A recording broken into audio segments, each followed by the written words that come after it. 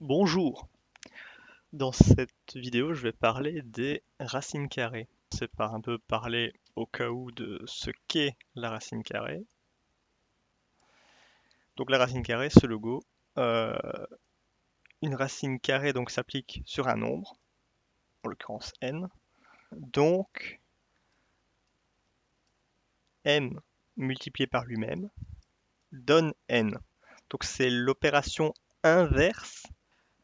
Et sinon, pour obtenir le résultat d'une racine carrée, il n'y a pas vraiment de manière mathématique, à ma connaissance, qui permet de calculer une racine carrée.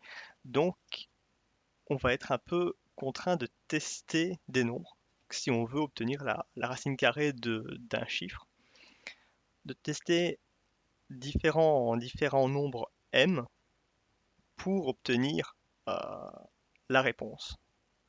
Contrairement à, par exemple, le plus, le fois, etc., qui, en gros, ne sont pas des tests bêtes et méchants.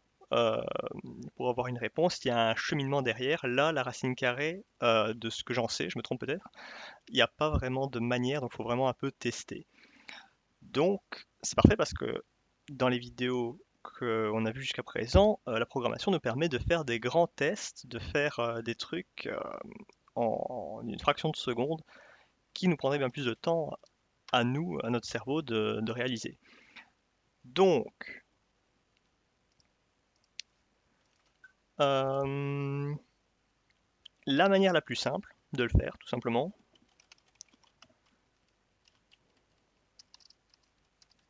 ça serait d'utiliser math.sqrt. De mémoire, cette fonction de l'objet math permet de retourner la racine carrée du nombre qu'on passe en paramètre. Racine carrée de 25, je vais utiliser ça comme exemple. Racine carrée de 25, normalement ça donne 5, puisque 5 fois 5 égale 25, donc racine carrée de 25 égale 5. Si j'actualise, parfait, ça commence très bien. Math n'est pas reconnu. Ce serait avec un M majuscule. Oui, voilà. Donc en effet, racine carrée de 25, il me dit 5. Parfait. Maintenant, ce qui nous intéresse, c'est un peu de connaître le cheminement. Comment, c'est-à-dire que là on utilise une fonction, donc si vous avez besoin d'utiliser la racine carrée euh, dans vos scripts, ici, je vous conseille d'ailleurs d'utiliser celle-là, mais là ce qu'on est un peu curieux de faire, c'est de créer notre propre fonction qui calcule une racine carrée. Donc, je crée ma fonction racine carrée, et je prends un paramètre n. Donc, je prends ma nouvelle fonction et je l'applique. Je remplace l'ancienne fonction qui marchait très bien et qui est d'ailleurs mieux probablement, et je prends la mienne.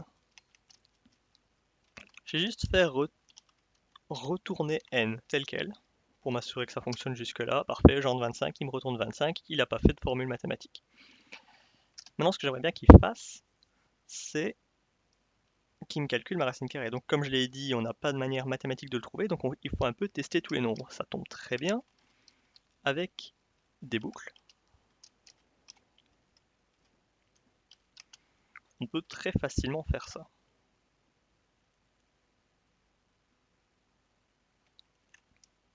La condition de sortie, je ne vais pas la mettre tout de suite puisque je ne la connais pas encore. Donc je la commence pas à 0, je la commence à 1 parce que je peux faire 0 fois 0, mais je sais déjà que ça va pas marcher. Donc parfait. Et mon compteur s'incrémente. Voilà dans un premier temps. Quoique si je vais quand même le commencer à 0. Enfin, ouais, ça se discute, hein. Ça se discute. Par contre, ce que je vais faire, c'est que je vais le déclarer en dehors. Mon i. Du coup, je peux le déclarer comme ça. Donc je déclare mon i en dehors de la boucle, comme ça quand je sors de la boucle j'ai toujours mon i. Mon i commence à 0, pourquoi pas.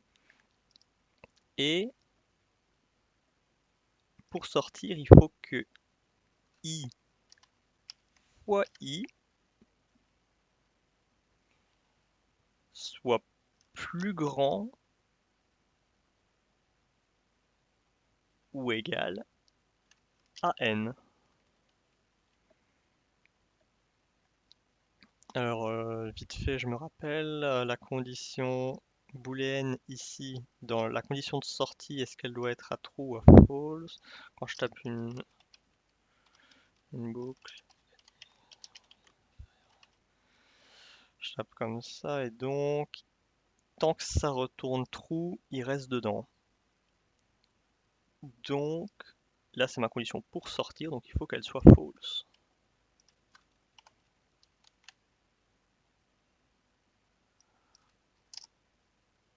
Ou, plus simplement, il faut que i fois i soit plus petit que n.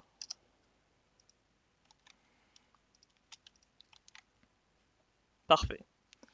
Donc il va faire son truc. J'ai besoin de rien de mettre dedans en fait, donc je vais juste mettre un point virgule. Tac. Et,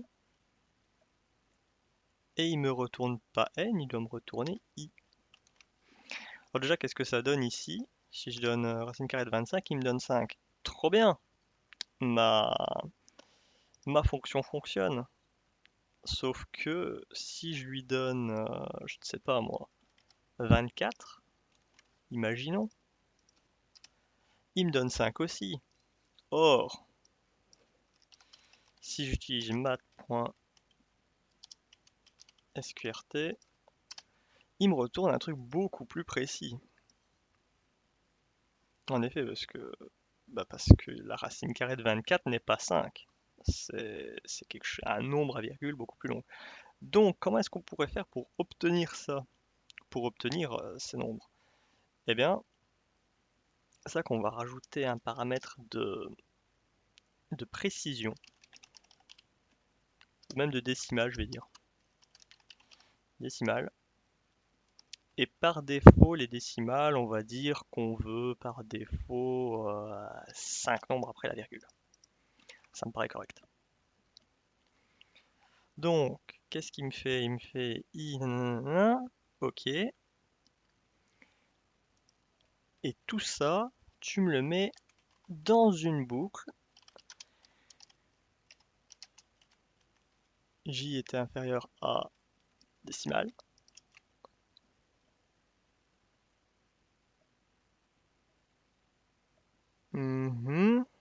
Oui. Et J++. Parfait. Sauf que ben, c'est pas ce que je veux. Tout simplement, c'est pas ce que je veux. Donc qu'est-ce que je vais faire? Je vais dire, bah tu l'augmentes de, tenez-vous bien, J. Non, pas exactement, parce que sinon il va juste faire des paliers de plus en plus grands, d'abord de 1, puis des incrémentations de 2, des incrémentations de 3, etc. etc. C'est pas ce que je veux, moi ce que je veux c'est qu'il fasse des incrémentations de plus en plus millimétrées, si je puis dire. Donc comment est-ce que je vais faire ça? Je vais lui dire... euh, je vais dire oups, au moment où tu sors, donc au moment où tu te dis ouais c'est bon, j'y suis, tu dois diminuer i de 1.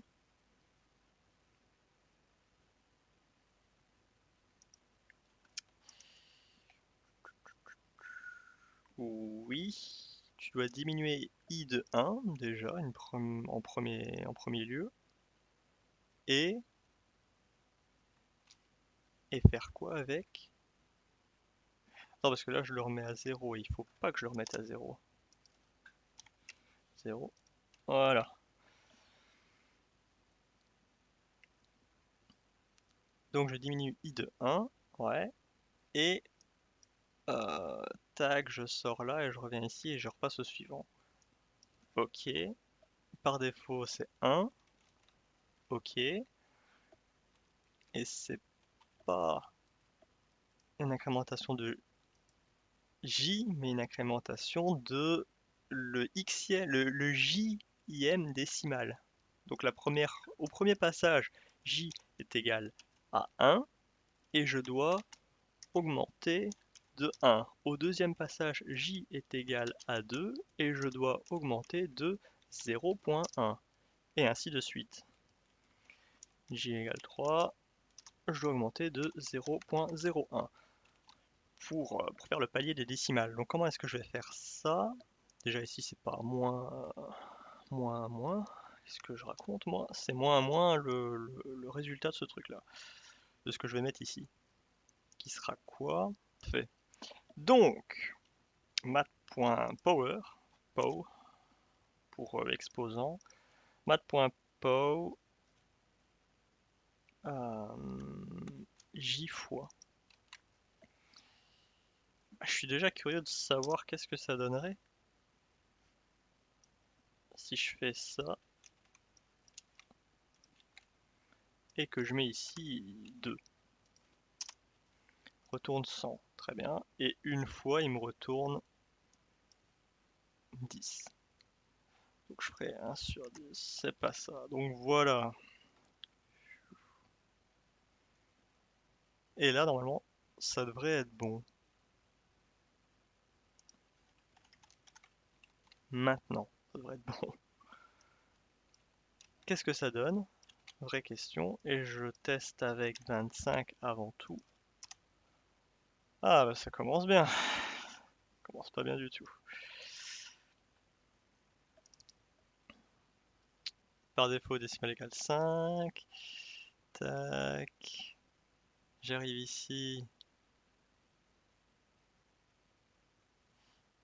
Il me fait un incrément de 10 puissance 1, donc 10. 10 sur 10, il m'incrémente donc de 1. Oui, oui, en effet. Il m'incrémente de 1, qui est ce que je veux dans l'immédiat. Et une fois qu'il sort de la boucle, il le décrémente et il repasse dans la boucle. Boucle qui va s'incrémenter autant de fois que j'ai demandé de décimales. J'en ai demandé 5. Est-ce qu'il m'a sorti 5 chiffres? 1, 2, 3, 4, 5, beaucoup plus. Donc ça ne marche pas. À quel moment est-ce que ça ne veut pas?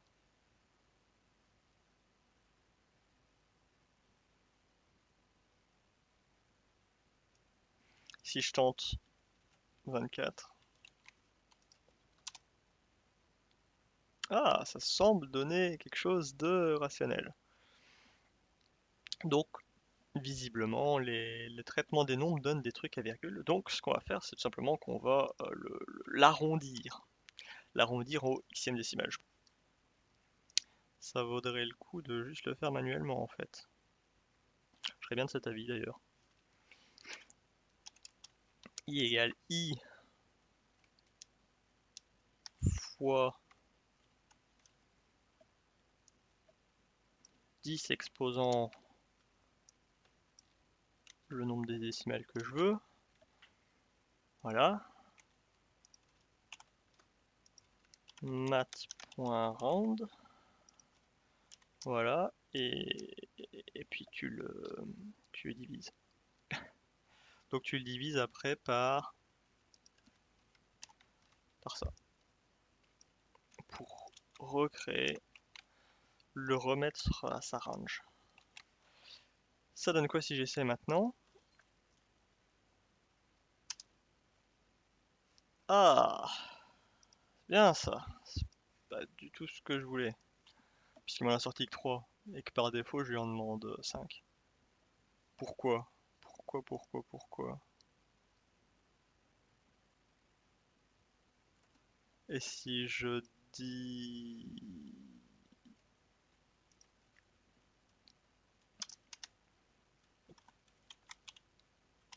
Si je fais ça, point SQRT 24.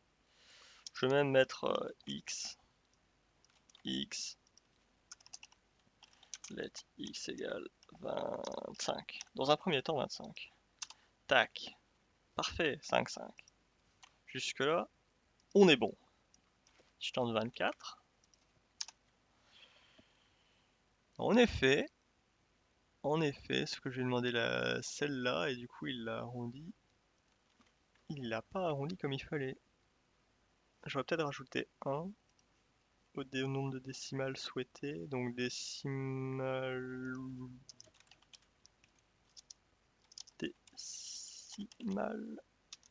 plus. Non plus? Est-ce que je devrais pas actualiser la page? Non. 4, 5. Donc il est censé couper ici. Ok.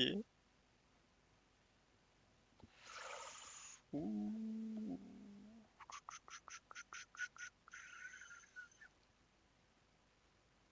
Tu me retournes quoi si je fais...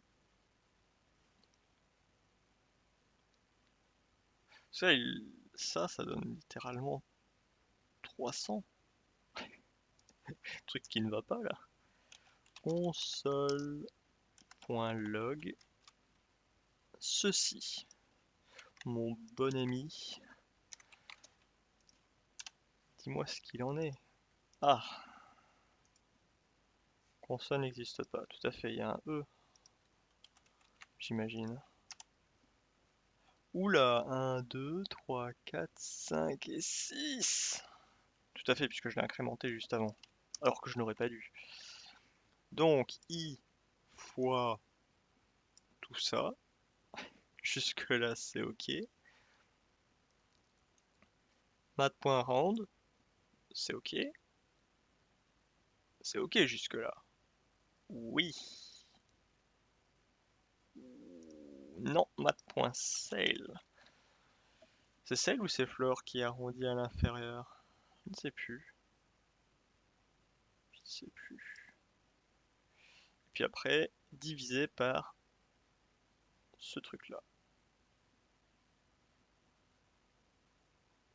Qui retournera la même longueur de toute façon.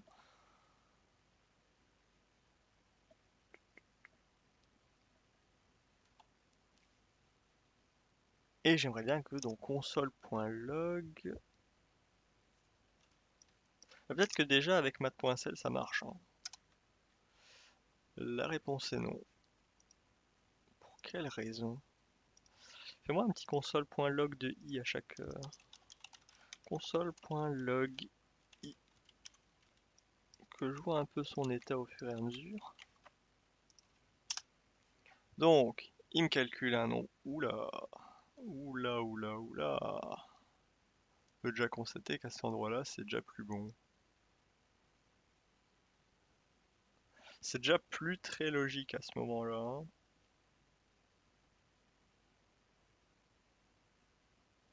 Pourquoi? Pourquoi? 8, 8, 9, 7, 9, 8, 9, 8. Eh ben non, fichtre. Pour quelle raison? Ok, et si je mets 7, est-ce que tu calcules plus loin? 1, 2, 3, 4, 5, mais merde. Bon, très bien, bah, je veux la cinquième décimale, et ben... Et juste après, les décimales sont augmentées de 2. Voilà. Voilà, par défaut, je veux 5 décimales. J'ai 5 décimales. Je vais virer même console log. Et j'ai pas testé du coup de demander d'autres chiffres. Donc maintenant, je veux 7 chiffres après la virgule. Paf! On voit que les 7 coïncident. J'ai utilisé mat.cell, donc il reste, enfin il recoupe au négatif. Si je voulais qu'il soit euh, supérieur, je dois juste remplacer ceci par mat.floor, ou si je veux qu'il soit adapté en fonction du chiffre d'après, il faut que je mat.round. Je pense qu'on est bon. Notre fonction de racine carrée fonctionne, non sans certaines difficultés, mais elle fonctionne. Je réfléchis, est-ce qu'il y aurait moyen de l'optimiser? Je le pense. Je le pense. En mettant un 0 ici et en retirant un 0 là.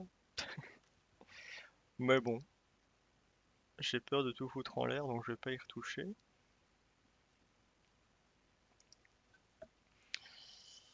Donc j'ai le nombre décimal que je veux. Qu'est-ce qui se passe si je donne un nombre négatif? Eh ben, tout simplement, il refuse de fonctionner. Oui, bah oui. Il fallait s'y attendre. Donc comment est-ce que je pourrais empêcher ça? Je pourrais tout simplement bien passer décimal au positif. Donc décimal est égal à décimal plus 2 mat.apps. Voilà, tout simplement. Et donc là, je peux passer moins 2, il le considère comme un 2 positif. Est-ce qu'il y a d'autres erreurs à prendre en compte? Je ne pourrais, si, je pourrais éventuellement prendre le fait qu'il rentre deux trucs qui ne soient pas des nombres. Comment est-ce que je vais faire ça? Je vais faire if n.isNan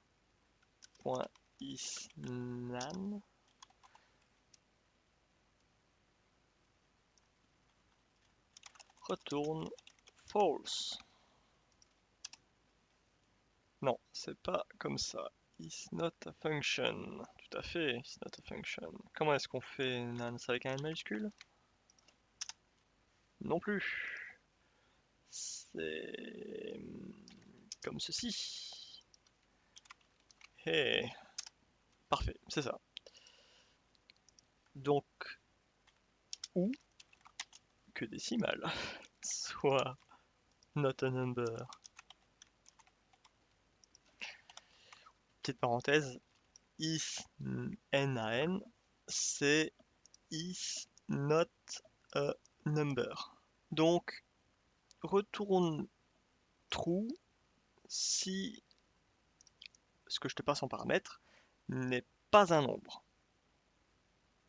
Donc si ça c'est pas un nombre ou que ça c'est pas un nombre, bah tu retournes false, tu lui dis false quoi. Genre là je peux mettre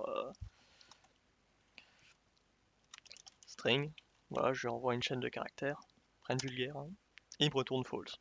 C'est une manière un peu brute de montrer qu'il y a un truc qui ne marche pas, mais voilà. Et donc voilà, c'est parfait. On a une fonction qui nous retourne une racine carrée. Encore une fois, je vous rappelle que cette méthode au sein d'un script est clairement plus appropriée. Maintenant, petit switch sur Paint. Je peux peut-être faire une petite parenthèse où je parle un peu de la fonction qu'on vient de créer.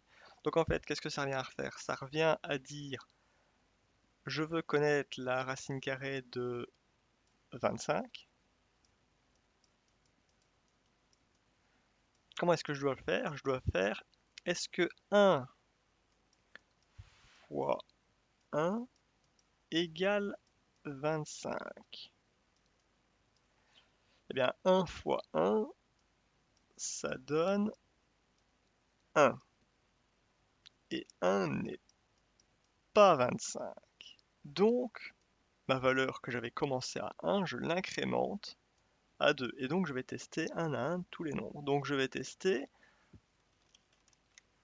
est-ce que 2 fois 2 égale 25? Eh bien, 2 fois 2, ça donne 4.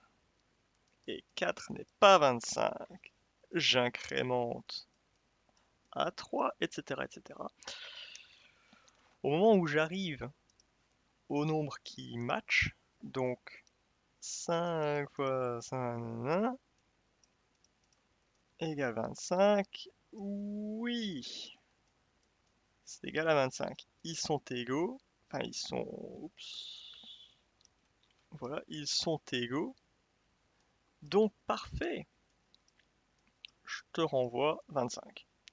Comme mon résultat, c'est bon, j'ai gagné.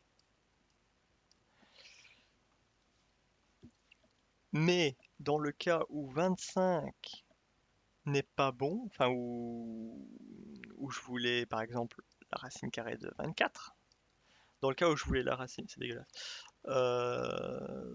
Hop. Dans le cas où je voulais la racine carrée de 24, bah c'est pas bon. Et du coup, il va partir plus loin. Donc il faut que je lui dise, si jamais le résultat que j'obtiens est plus grand, donc est-ce que 25, donc le résultat que j'obtiens dans cette formule est plus grand que le chiffre que je cherche, dans ce cas, ce que tu dois faire, c'est prendre le chiffre que tu as, que j'étais en train de traiter, le diminuer de 1, donc je prends celui qui avait avant, et je repars de lui, mais cette fois-ci, je fais plus des incrémentations un par un, mais de dixième, et puis de centième, et ainsi de suite. Donc là, je vais faire 4,1 fois 4,1. Est-ce qu'il est égal à 24? Eh ben non, il est trop bas, donc ainsi de suite. Et une fois que je vais tomber sur un nombre qui sera plus grand que 24, eh bien je saurai qu'il va falloir que je décrémente ici les décimales, puisque je suis en train de traiter les décimales. Il va falloir que je dise, je prends mes décimales, les diminue de 1, et je passe aux centaines, et ainsi de suite, jusqu'à ce que j'ai la xème décimale qu'il me faut. Et c'est comme ça que on calcule les racines carrées. Cette vidéo est finie et j'espère qu'elle vous aura aidé un peu à comprendre au niveau des racines carrées, même si j'imagine que je ne dois rien vous apprendre. Euh, et en programmation, eh ben, ça n'a pas été très indispensable puisque cette fonction existe. Mais c'était une vidéo que j'avais envie de faire et qui m'a bien plu. Voilà,